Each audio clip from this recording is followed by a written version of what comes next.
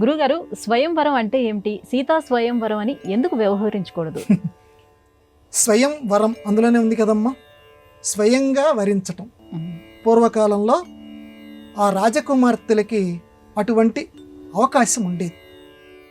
వాళ్ళ నాన్నగారు మహారాజు కాబట్టి మా అమ్మాయికి నేను వివాహం చేయదలుచుకున్నాను, మీరందరూ రండి, మీలో ఎవరు నచ్చితే మా అమ్మాయి వాళ్ళని వరిస్తుంది, అందరికీ తెలిసినటువంటిది.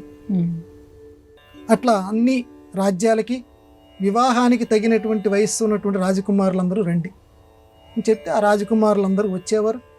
అందరినీ కూర్చోబెట్టేవాడు వాళ్ళ నాన్నగారు. వరుసగా కూర్చోబెట్టిన తర్వాత ఈ అమ్మాయికి చేతికి ఒక పూల హారం ఇచ్చి, వరమాల అంటారు కదా, ఇచ్చి, అమ్మ ఈ కూర్చున్నటువంటి వాళ్ళల్లో నీకు ఎవరు నచ్చితే వాళ్ళ మెడలో ఈ హారం ఇయ్యి. వెంటనే ఆ రాజకుమార్తె ఆ కూర్చున్నటువంటి వాళ్ళకి సంబంధించినదైతే ఊరికే వేసేది కాదు, ఆ కూర్చున్నటువంటి వాళ్ళల్లో ఎవరు మంచి గుణాలు కలిగినటువంటి వారు, ఎవరు అందగాళ్ళు రెండు చూసేది. ఎందుకంటే ఆ అమ్మాయి పక్కగా చెలికత్తెలు ఉండేవారు, చెలికత్తెలు చెబుతూ ఉండేవారు, ఫలానా రాజు కుమారుడు ఇతనికి ఈ గుణాలు ఉన్నాయి, ఇవన్నీ చెబుతూ ఉంటే వాళ్ళలో ఎవరు మంచిగా ఉంటే వాళ్ళ మెడలోనే ఈ పూలహారం ఆ తల్లి వేసేది, ఆ రాజకుమార్తె వేసేది. అయితే సీత అటువంటి స్వయంవరం జరగల. ఇక్కడ మనం గమనించాల్సింది అది.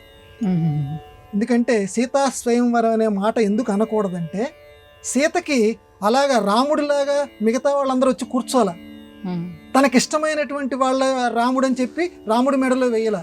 వచ్చింది కేవలం రాముడు ఒక్కడే. రాముడు శివధనస్సుని విరిచాడు. అక్కడ వీర్య శుల్కా స్వయంవరము అని దీనికి పేరు పెట్టమన్నారు. సీతా స్వయంవరం అనొద్దన్నారు. వీర్యము అని అంటే శక్తి. వాల్మీకి రామాయణంలో స్పష్టంగా ఆ మాట ఉంది, వీర్య శుల్క. ఈ సీత ఆ శివధనస్సుని విరిచినటువంటి వాళ్ళకే ఈ సీతనిచ్చి వివాహం చేస్తాను అనే విషయాన్ని జనక మహారాజు కూడా విశ్వామిత్రుడికి కూడా చెప్తాడు. ఆ పక్కన ఉన్న రామలక్ష్మణులు చిరునవ్వుతోటి వింటారు. అందువల్ల ఇది సీతా స్వయంవరం అని ఎప్పుడు కూడా మనం పిలవకూడదు. దమయంతి స్వయంవరం అనొచ్చు. దమయంతి ఆ రకంగా స్వయంవరం చేసుకుంది. మిగతా వాళ్ళకి అనొచ్చేమో, కానీ ఈ ద్రౌపది స్వయంవరం ఉంది, కానీ సీతా స్వయంవరం అనేటువంటి మాట అనకూడదు అని వాల్మీకి రామాయణం మనకి విస్పష్టంగా చెప్తాం.